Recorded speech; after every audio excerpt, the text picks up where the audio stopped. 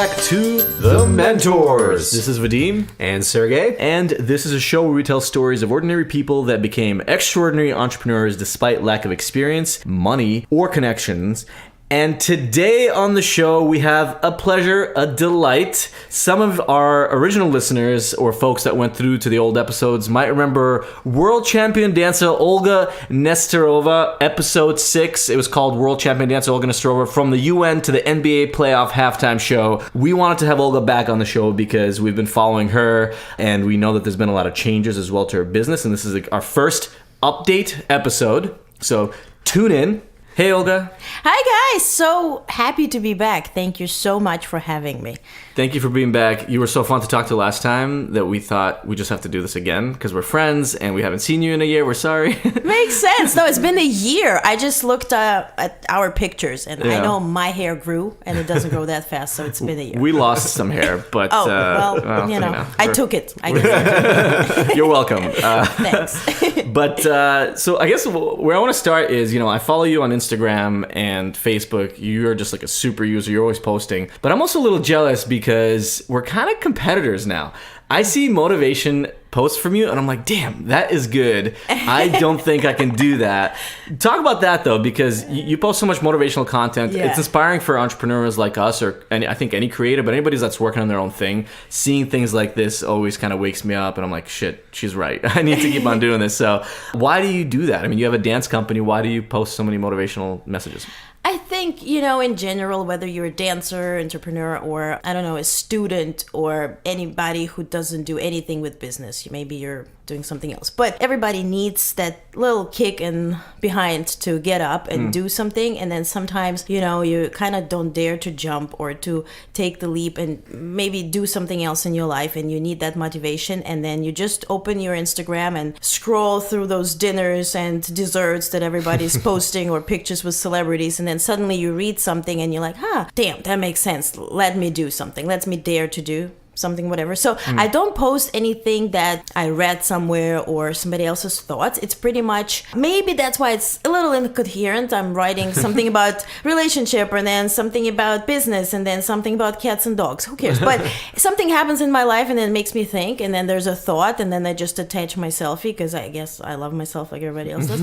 And I put a quote and then I post it. So is there like a specific philosophy around what you choose to post? Because, you have 33,000 followers on your personal Instagram page, about 10,000 followers on your company Instagram page, which is Dance Class. What's the company Instagram? It's danceclass.today. Danceclass.today, and then your personal one is Olga Dance Class. So clearly you've been able to amass a following. And last time on the show, you talked about how you just have to post every day, and I think you spend something like maybe a few hours even a day, or at least initially you did. Yeah. So is it more about just the volume of content, or are you strategic about the type of content that's going to resonate with your particular audience?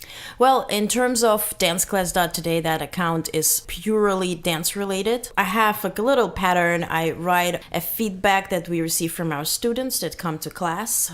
There was something like, oh, I didn't know I love to dance. And then suddenly I realized I do. Something that can resonate to potential students or those who actually come to our classes, or maybe explore a possibility to do something different or join another workout or another hobby. Then there's another quote that comes from me that's usually directed to fellow teachers and fellow maybe entrepreneurs or those who are in dance community. And then there is something about dance. Either it's a history of dance. For instance, now is Black History Month. There is a series celebrating African dancers, singers who pretty much shaped the development of dance or introduced different styles of dance. So, and then there's a little promos. Usually all the promos are in the life story. So the swipe up, buy this, or visit this event, or join this party, or join this class, or deals or whatnot, usually in a life story, because I don't want people to open the Instagram account and kind of feel pushed to buy something. You pretty much, if you open Vogue, you kind of watch it and see and read, kind of educate yourself on the topic without being pressured to buy something. I usually compare it to when you go to a store, this the Pretty Woman moment when she came to the store and they looked at her like, what? And then she didn't buy anything there because she was pressured and judged from the first moment. That feeling is mostly when you go to any Instagram account that tries to sell you something. You read one post and it says, oh, it's a wonderful day, I wish you a day. By the way, buy this and that. So flirt with me a little longer, right? Tease me a little bit longer before you take me upstairs in bed. Like, You're treating it like a dating game. Right, I mean, in general, it's just you have to put some time, put some effort in developing that connection with your reader or whoever watches your Instagram or your follower or whatnot. Before they want to get into bed with you. That's not the topic. Metaphorically, Sergey. Exactly.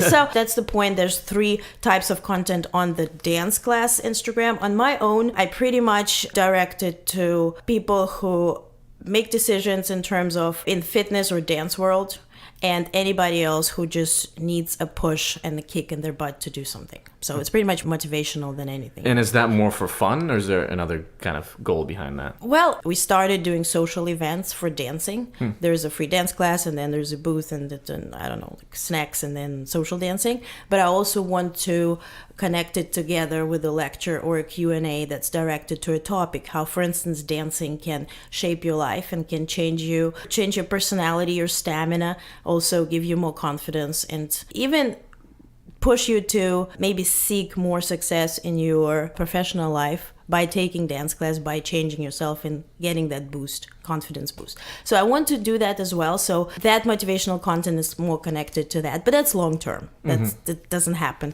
really fast. You have to build up your audience. So. Got it. You're developing a brand. Yeah. So, okay, how many years now has your company...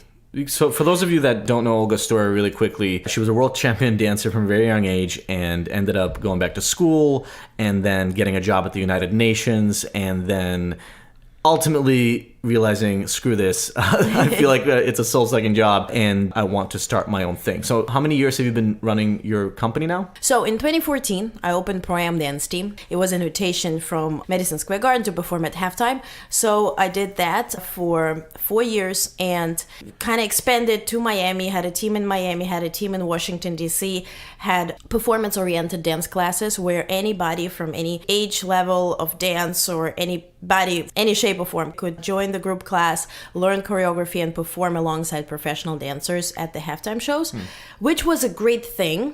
And I did that for 4 years and I truly enjoyed it and I built a great relationship with the NBA teams. But as any entrepreneur can maybe relate, you seek growth, right? And then at some point you ask yourself a question, what's my intention? Right? Maybe you listen to Oprah's podcast. Maybe you come with it yourself. But what is the intention? What is your mark that you want to leave in your professional field, right? So when you retire, what is that you did?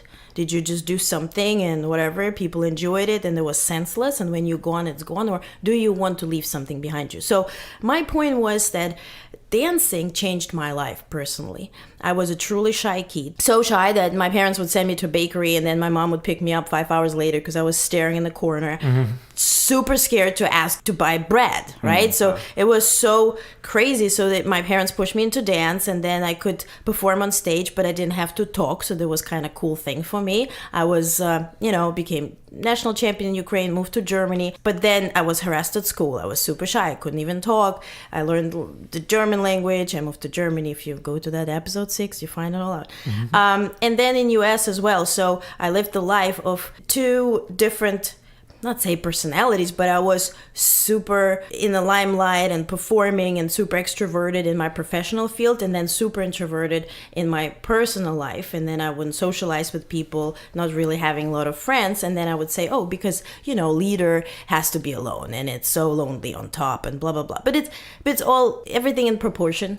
Works well. So my point was to show people that dancing can actually change their life, that it's a great thing, that it's not just something pretty that you see on Dancing with the Stars and then, oh, it's a pretty girl I want to dance with and she's half naked, or a guy or whatnot, or typical pro-am dancing, professional and amateur, when a beginner dancer goes to dance studio and takes classes just to dance with a dancer. right? So that's just that crazy feeling, oh, I want to dance with a professional chick or guy, you know? So dancing has more to it. So what I thought would be wise for me is to approach it in 3 different fields. And that's why I pretty much then renamed Pro-Am Dance Team to Dance Class. Because every time I would talk to anybody in Pro-Am Dance Team, they're like, oh, Pro-Am, so that's professional amateur, why is it team? Do I need to compete? Do I need to apply? Do I need to audition? And every time I had to explain, no, it's just the name. And then I'm like, why do I need to change it? Why do I need to explain myself? So, and then I Googled Dance Class and I'm like, damn, nobody trademarked Dance Class. Nobody has Dance Class LLC. I have it now, so big home. And you've trademarked it? Yeah, it's all, like, you can't take it. So You can trademark the words dance class? no, it's in one word, Dance Class. I see. So it kind of becomes a brand. But somebody took danceclass.com. It's like an unused whatever domain, and I didn't bother to buy it or whatnot. So it's danceclass.today. Take a dance class today. You know, kind of like a thing. And then I developed a slogan. There's many ways to move, but there's only one dance class. So it kind of like all shaped it all together. So pretty much what I do, there's 3 components to the company. One is regular dance classes, and I went more into fitness perspective, not in terms of jumping and having weights and workouts, but how can I combine Latin dancing with the fitness aspect? So I do have fit dance classes where you learn 2 kinds of dance, and then from slow to fast, and then it ends up with that HIIT, high intensity part, where it's pretty much cardio, where you alternate 2 dances and kind of dance through. So there's 2 types of those. There's a cha-cha salsa and then samba swing. And then there's a classic Latin dance, classic ballroom social dance part. So I decided to stick to my guns, and I've been world champion in the dancing. So, and people see dancing as something that people did in 1930s up to 60s maybe, but then it became that kind of like all demographic sort of interest, right? So if people go to dance studio, you see older folks enjoying that. But if you reshape it, if you put some upbeat music, if you use current songs, if you explain that actually any song you hear on the radio right now, either reggaeton or anything else, it's pretty much salsa or it is cha-cha. Right? And if you go to a wedding, it's swing or foxtrot. If you know those 4, you're pretty good to go in terms of socializing or attending any event, right? So if you reshape kind of modernize the Latin dance or ballroom dance world, it can attract other people and kind of keep the dance sport alive, right? So, and then there's another part, is the part that's truly new to me, but kind of brings me to the point where I can use all my knowledge and my degrees and all that I got from UN and NBA, is the corporate programs. So since it's a real trend for big corporations to invest into wellness and team building, pretty much I read that there's almost a rule to invest 15% of your turnover into wellness and team building. So my company does have a program. There's a variety of programs depending on intensity and length. We host Latin dance, social dance, or fit dance, or all 3 at corporate headquarters. So for instance, there's companies like PwC and there's Mount Sinai that have classes in their facilities, either after work or during lunch hour. There's tech companies. Because what happened was, yes, people were excited about wellness, but everything they offered to their employees was yoga.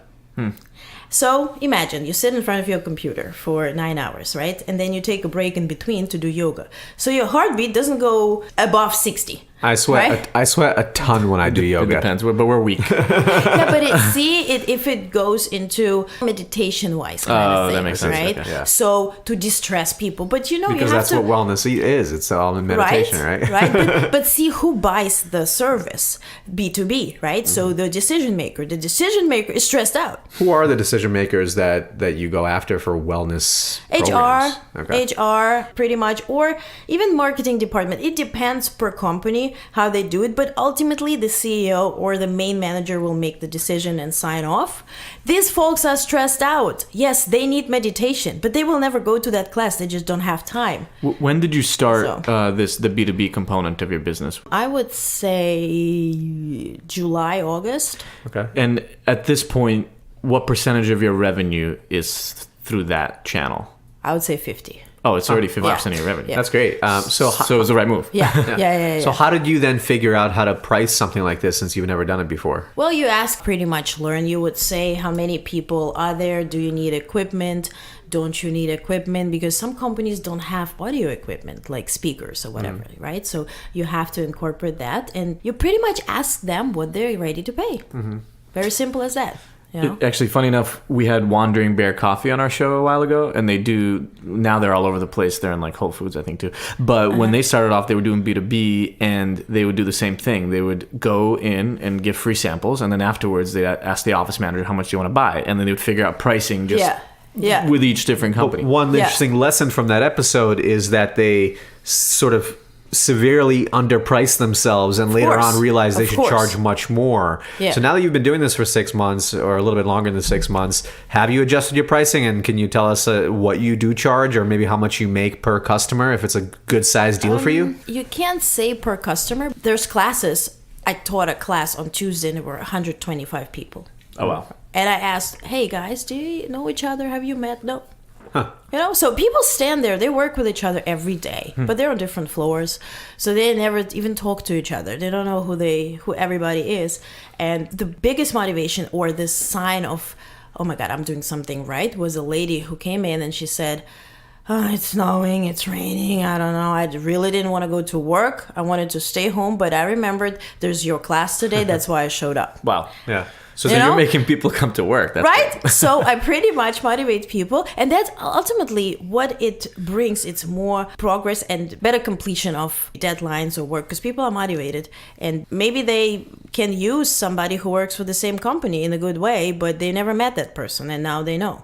You know? Do you charge... I'm curious how you figured out the structure. Do you charge per head, like per employee, or do No. you offer packages, I guess? There's packages. There's packages for 3 months, 6 months, or 12 months. And like how frequent are they It meeting? goes one time weekly, 2 time weekly, or more. Usually, also it comes with the free introductory session where I strongly recommend the management to either just sit there or participate because I say that before you book someone, you need to see them in person. And I also encourage them, not all companies want to, but I encourage them to have a Q&A as well, just for me to explain why are we doing what we're doing. What's the intention behind this? It's not a regular class we just offer you for free at the facilities. You need to explain what's your thought behind it. Then you kind of like push people to even feel bad not to attend because you're so genuinely wanting something good for them or for the company and for the climate, right? The company climate, that they feel bad not attending. Yeah, right? So Interesting. So when you started this off, you obviously didn't have like B2B sales experience or anything like that.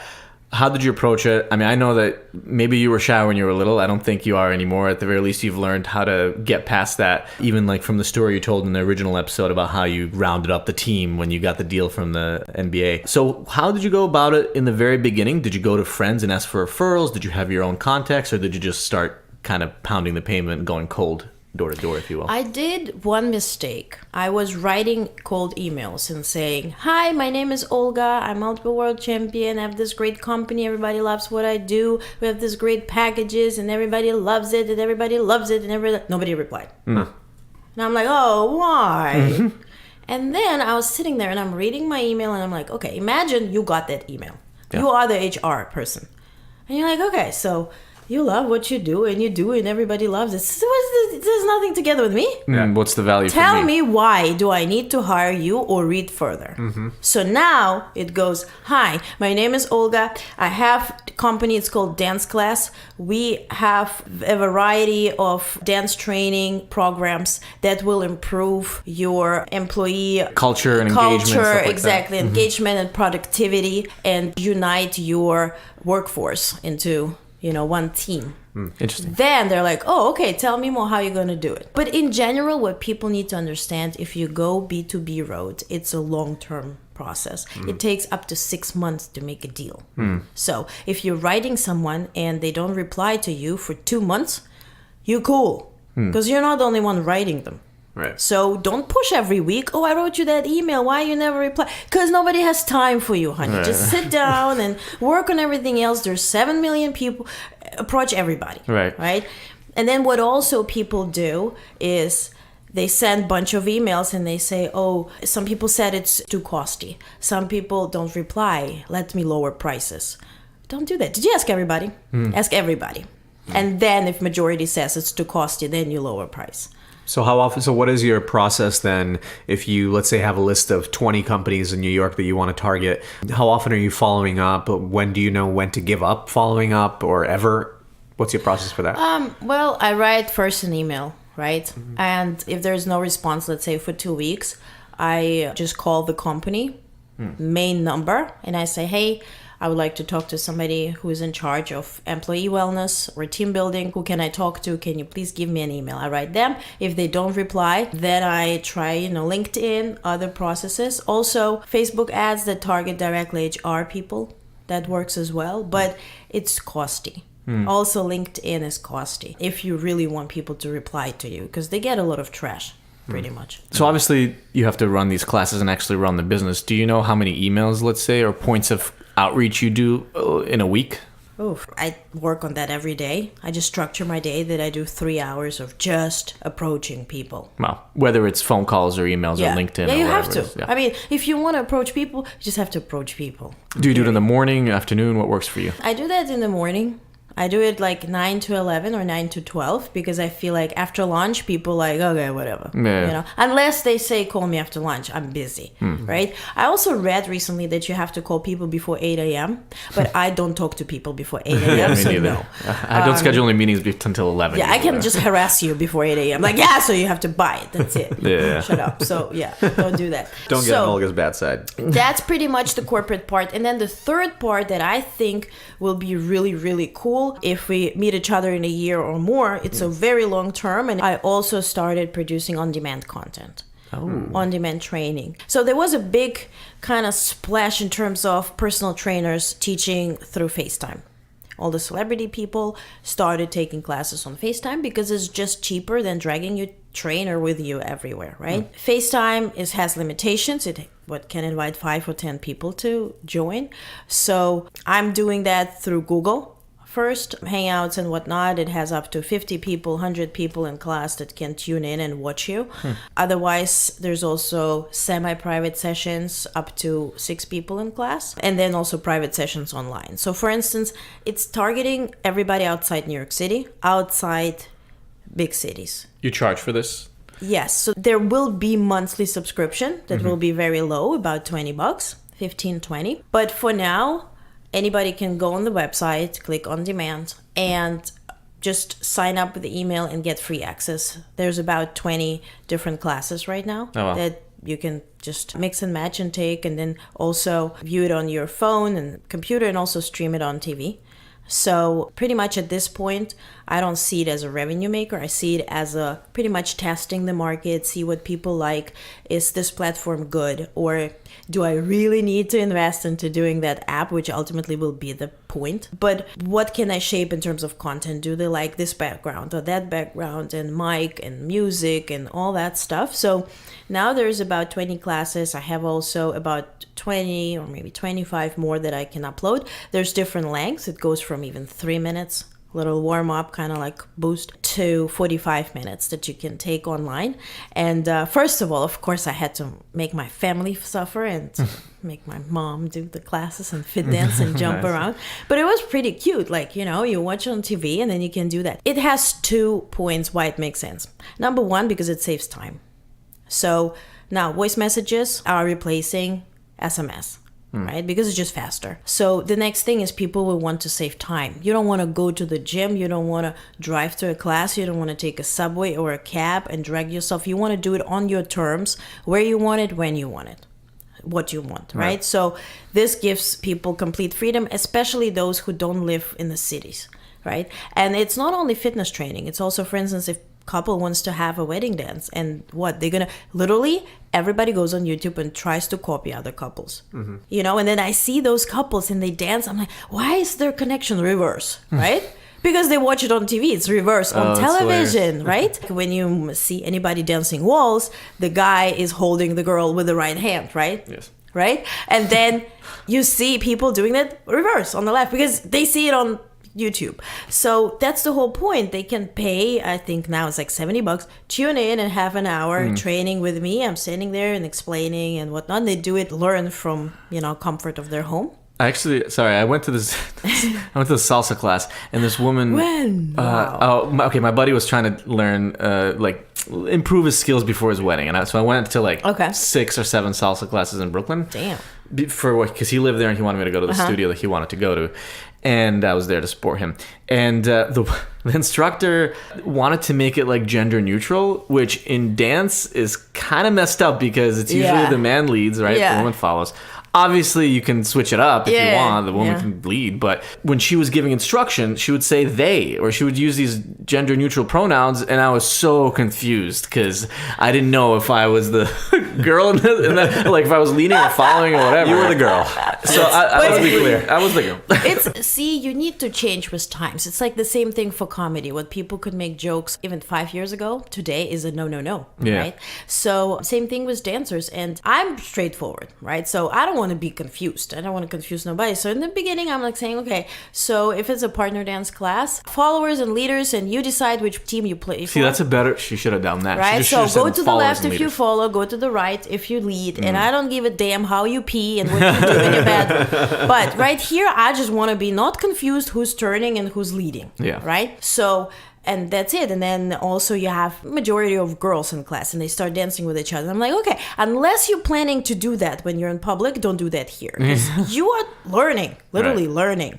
Starting with the left or right makes a difference, right? Yeah. So that's the point. So coming back to the on-demand stuff, one thing, it saves time. The second thing is we all should anticipate there will be some financial crisis coming up or something will be happening because it just hasn't been for long. And if you see the market kind of comes to it. Bottom line, people won't be spending $30 an hour to take a class, but they will be able to spend $30 a month to take whatever they want. You're trying to recession-proof your business. Yeah. Smart. Last year when we talked, a lot of the value prop that you had in the pro-am market, professional amateur market, is that you gave an opportunity for amateurs to dance at NBA halftime shows. Yeah. Are you doing that still, to clarify, or is that just something that you're spending less time on? I don't do it for general public, Okay. but I do it for corporate. I see. Oh, because that's smart, because the value is high there. Can you charge them more for that? Yeah. Yeah, that's why. Yeah. And you should charge more for that because But that's an amazing experience. I'm flirting first. I'm not saying, hey, do that, organize a team, perform. So employees will feel, oh, my boss is dictating me now to put that dress on and perform in front of people. Oh my God. Right. Yeah, right? You're letting Once people choose. they learn something and there's an event or there is a corporate gala, you can build a team, they can learn choreography and dance it, and then why not do it at the next game? So basically, as you developed a relationship with the company and the employees, you can figure out how it makes sense to compile a team. Yes. That's very cool. I like that way of doing it. Do you ever take a day off? I plan to do, what was it, one time? So I was sick now 3 days. So I slept for 3 days. Oh, that's nice. Now I'm awake and I'm there. But you know what? The point is, if you love what you do, and I know it's cliche and everybody says, oh, if you love what you do, you never work a day off. Yeah. Bull crap. You definitely We work. all hate what we do sometimes. Yeah. You know, you can love ice cream, but if you eat everyday ice cream, you're going to be like, damn, I want steak, right? Yeah. So it's mix and match. But it's funny, I took a day off and I went to the Met, right? I was looking at, pictures and there were rooms and they showed this Baroque stuff and whatnot. And it kind of gave me a fresh perspective of how I want to design my ads on my Instagram and what times I relate to. It's like as funny as if I watch like my favorite series, The Marvelous Miss Maisel, right? And it's like the 60s. And I'm listening to music and I'm like, Siri, what song is it? And then it tells me, I'm like, okay, I'm going to include it in the class. Oh, cool. Okay. So the funniest thing today, I was teaching class and it was literally, I'm not lying, a guy was in class and he said, oh, I'm dancing here and it kind of reminds me of this Maisel series or whatever. I was like, yeah, it's the whole playlist is from So it's pretty much this classy kind of thing, and that's the whole point behind the social events that I'm doing one time a month with the social dancing. Those events unite all the 3 demographics. It can unite people who take classes on demand. It can unite people who take corporate classes, and that it also unites people who take regular fit dance or dance classes where you can dress up and pretty much have fun and maybe bring your plus one and introduce them to the world you're in. Kind of like, meet everybody together. And so you mentioned the sort of fallacy of if you do what you love, you'll never work a day in your life. Now, of course, you're still working and it can be difficult sometimes, but clearly you keep on pushing and being motivated because you do enjoy what you do. You feel like it provides value and you're good at it. I think that's also part of why you continue doing it. But you clearly have a lot of ideas, like even that idea that was sparked in your head when you were just hanging out at the Met. So how do you decide then which ideas you pursue? Because there's so many things you could possibly be doing, right? So and in the last year, you've had a transformation and you've tried a couple things. How do you decide what to pursue and how do you know for yourself whether it's worth continuing to pursue once you try it? Well, there's clarity for me. I don't know if I'm going to do all 3 directions in a year, right? So I allowed myself to stretch myself, if you wish, to do corporate, to do personal, like the group training directly, and to pursue on-demand. If you ask me, probably in a year or 2 is going to be just on-demand or corporate. I was about to ask if you were to drop any of them. Because it just makes, you spend 3 hours pursuing one customer to come to your training and pay $30 an hour for your group session or $20 or whatever it is right now.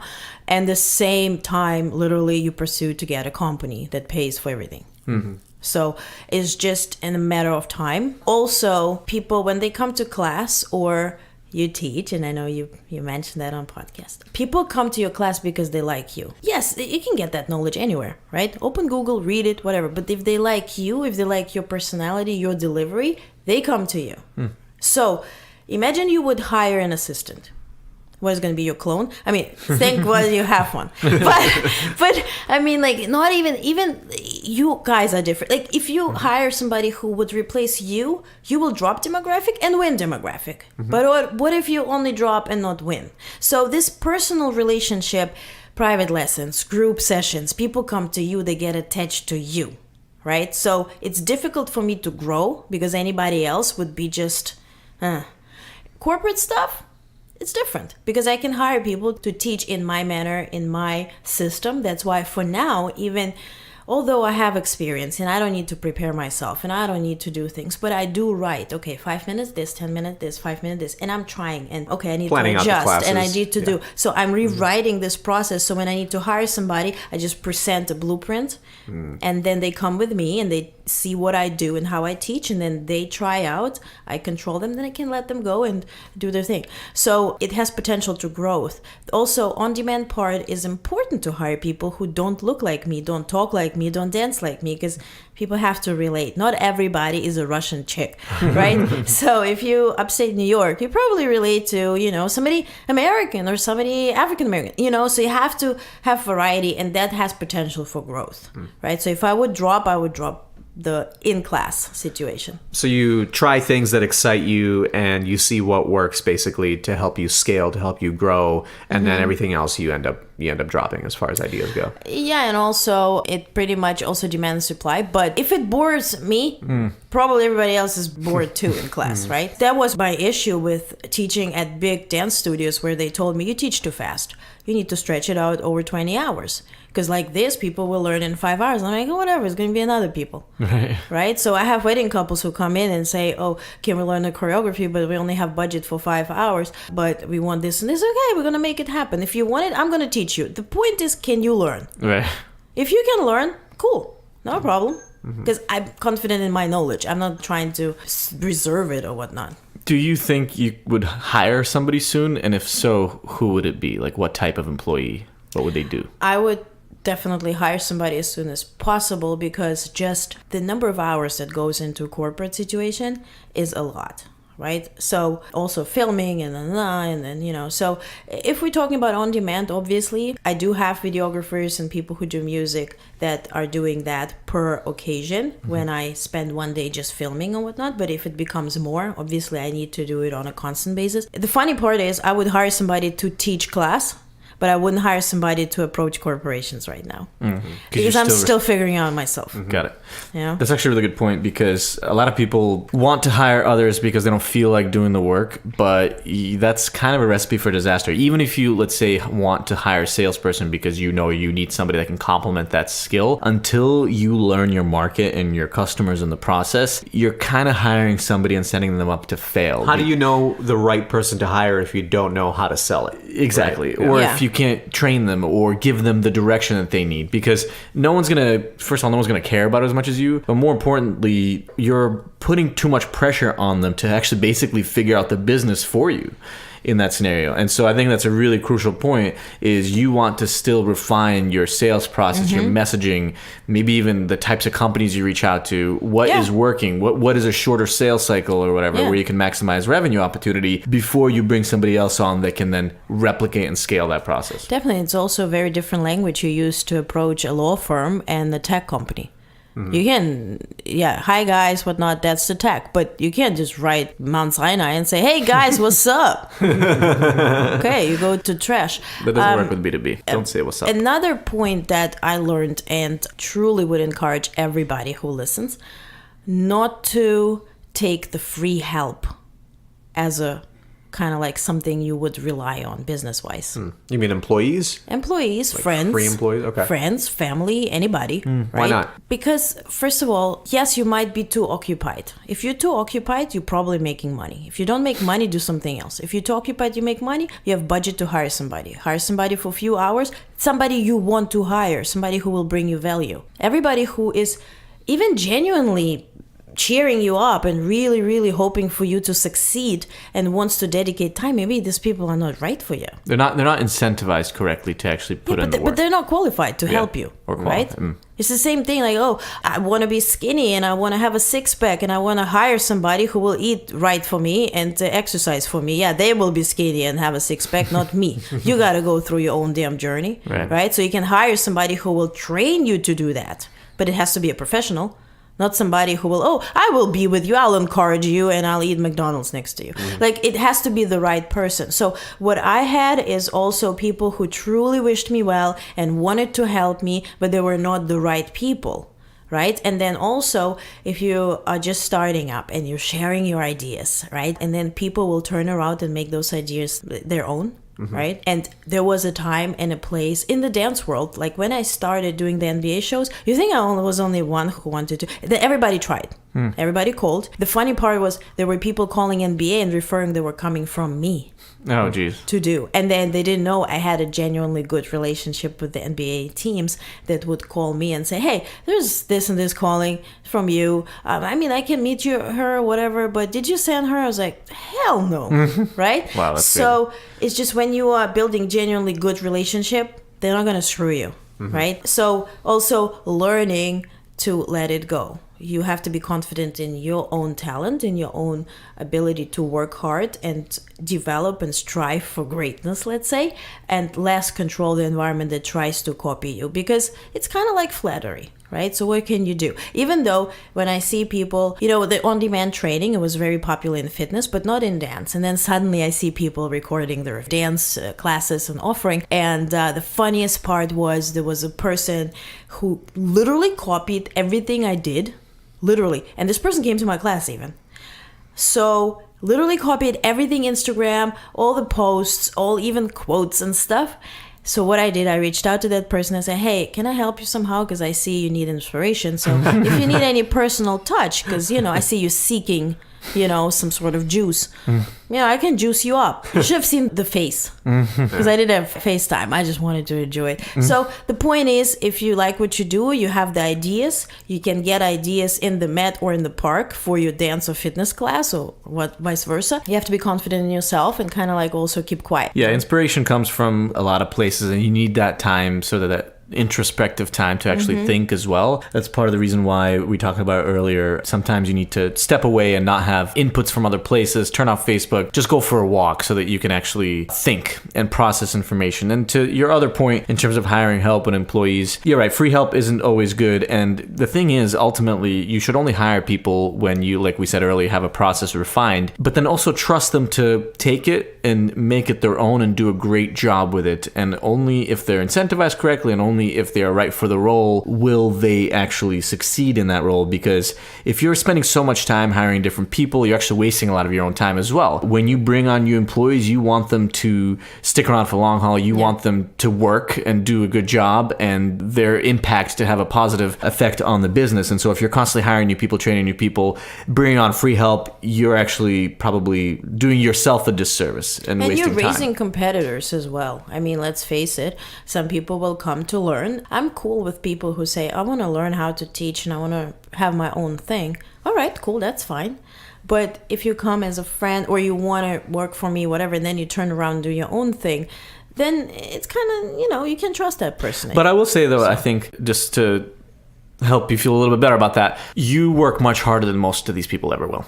And even if they copy your idea exactly, and even if they want to literally create the same business and start going business to business, I guarantee you they're not going to be spending 2 or 3 hours a day emailing, cold calling companies, going through that process, trying to figure out what to pitch them, the pricing. Most people will give up and they'll get burnt out and they just won't try that hard. So I don't think that is even the biggest worry anyways. More so it's controlling your own time. Exactly. But if you see with the NBA, a lot of people tried, but in 4 years, we remain the only one company who did it. And now I'm not doing that for general public and it doesn't happen.